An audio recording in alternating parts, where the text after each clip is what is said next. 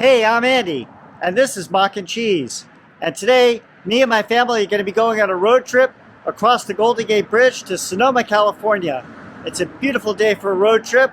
Let's go! Mach N Cheese!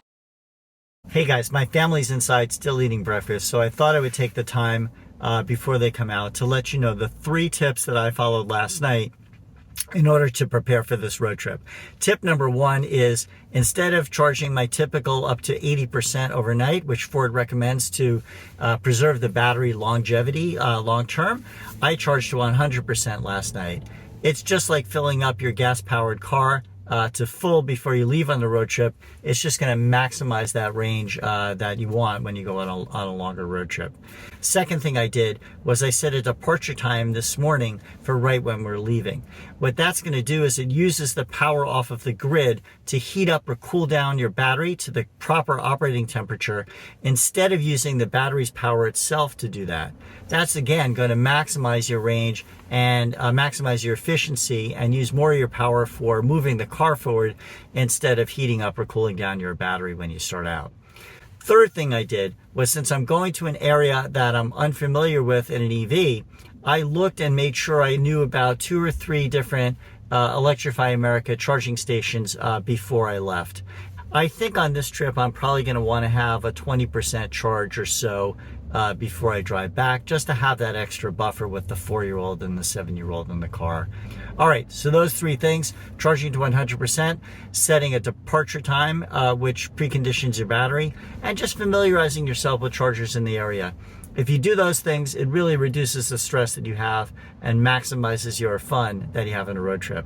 So I think my family's almost done eating. We're gonna get going. Hey everyone, so we're just making a quick stop to get some berries. As you can see, my passengers are in the back of the vehicle. Hi, me Aiden. Yep, that's Aiden. And we're ready to go as soon as my wife gets out of the Whole Foods here, and we'll be on our way. It looks like a beautiful day out.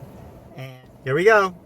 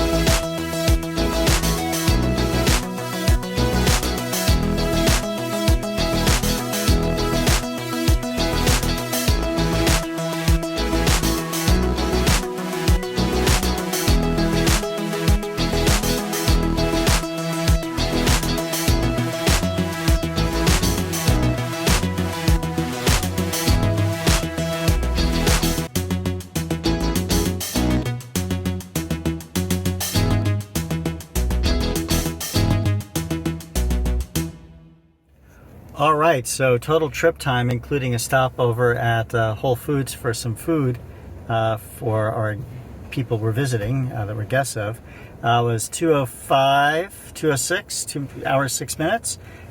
We traveled 84.7 miles, and we got 2.1 miles per kilowatt hour. But remember, as I said, I'm not Mr. Efficiency here. We definitely did shred. Right, guys? Yeah. Yes. Hi, Aiden. We're ending this right outside their house with 59% on the state of charge, and it says I have 127 miles left at my rapid pace. I'll be back to you soon when we go check out the Bank of America parking lot DC fast charger in downtown Sonoma. All right, well, we rolled into our second charge attempt of our trip home in Mill Valley here, just north of San Francisco. First stop, all of the chargers were full at the EA in Sonoma, except for one that was like, one of them was broken off. It looks like someone harvested the copper out of it. And the other station, for whatever reason, didn't work. It looks like Plug and Charge wasn't too happy with this. And I don't know if it's the new software that I just flashed on my car, but Plug and Charge worked at other stations, so I'm not sure what was going on. Anyway, went all the way south here to Mill Valley, and we're doing pretty well. We're at, I don't know if you can see this, but we're at 42% state of charge. It is cold out, probably about 45 degrees, and we're at 114 kilowatts, which is okay. It is cold, and I think that's why it's not accepting more kilowatts right now. So I'm gonna get inside. It's really cold, and we're gonna figure out what to do for dinner, and then hot tail it home from here. All right, hey guys, it's the next day, and I wanted to give you a fuller understanding of what actually went on when we went to try and charge. For probably about 20 to 30% is what we needed in order to have enough safe buffer to really get home with no problems whatsoever. So we first stopped at the Electrify America charger in Sonoma, in downtown Sonoma, and we found that 2 of the 4 stalls there were taken up by other cars charging. One of the stalls that was free, it had the charger plug on the wrong side for my car. The charger on the Mach-E is in the front on the left-hand side, the driver's side, but it's not at the extreme edge of the car like you would find with something such as the Rivian. It's in the front fender, closer to the driver's side door edge. And so that means you need to have a charger cord that's long enough to reach your door. Your charger door. And this, the way that this station was oriented, had the plug on one side, not in the front.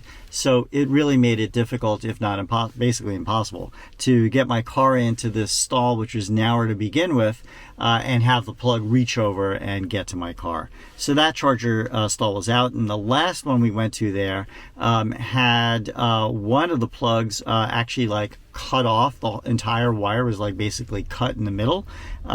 Probably someone vandalized it for some reason. And the second plug, which was available, I plugged in, and Ford Pass and EA at that stall just would not work.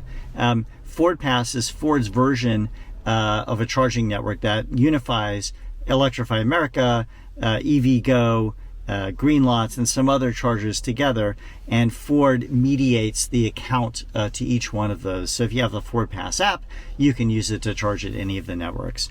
The reason I use it is that's the way you get free kilowatts that Ford gives you when you purchase a Mach-E for a certain period of time. And then after that, if you want to use plug and charge, where you just plug your car in and you don't use an app at all, you have to go through Ford Pass network to do that. The prices are not as good as EA with the deal that you can get on Ford Pass once you get past the free amount of charging that you get, but it is what it is. I still had free charging on Ford Pass, so I wanted to use that. Would not talk with EA, and that didn't work at all. I then tried the EA app as well on the one plug that was available to my car at the time that my car could fit in and would fit to my car and that I could use, and that wasn't cut off. unvandalized, and that didn't work either. So after about 10 minutes of trying this, I just decided to go to my alternate charger. I knew that there were other chargers on my way home because, as I mentioned before at the beginning of the day, I actually planned ahead. So just a little bit. So we stopped about 30 miles down the road on our way home at an EA charging stop in a Safeway parking lot. Safeway is a supermarket parking lot with about 3 or 4 chargers in a place called Mill Valley, north of the Golden Gate Bridge. We stopped there, and as you saw, was able to charge no problem, although Ford Pass still did not work, so I wound up paying for that charge. Be it that as may, you always have a little bit of adventure and drama with EA sometimes, and with electric cars. Everything's not perfect, and everything's not perfect when you go on a road trip with a gas-powered car either. There's plenty of things that could go wrong. But the adventure is part of the fun, and it makes things worthwhile to do and worthwhile to shoot on video for me to share with you guys. All right, so just real quick, I wanted to share also the efficiency that we had going up and going back. Now, I was driving just a little bit above the speed limit, so this is not representative of the efficiency you can get even with the performance edition of the Mach-E in GT form if you're actually driving like 65 or 70. It really makes a difference in efficiency, both in terms of temperature that you have, outside ambient temperature, but also just how fast you drive it. The faster you drive it, just like with a gas car, the more work it takes for the motors, in this case, to punch through the air and to maintain your speed. Okay, so let me put up on the screen our efficiency for both going up and then going back. Okay, so here's the very geeky stats here. So going up there, we traveled 85.3 miles from our home in Silicon Valley up to Sonoma over the bridge. And we used to do that 36 kilowatt hours of electricity. And that, when you do the math, comes out to 2.4 miles for every kilowatt hour that we used.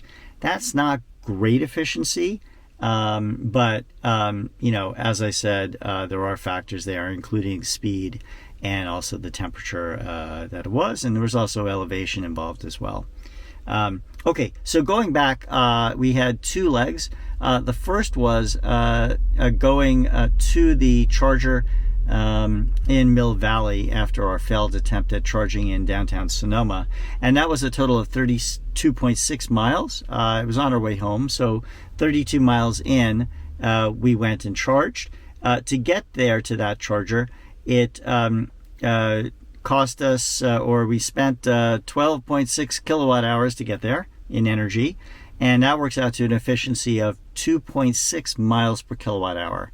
All right, after we did a little bit of a charge up there, we used an additional 26.2 kilowatt hours to drive the remaining 56.7 miles back to our home.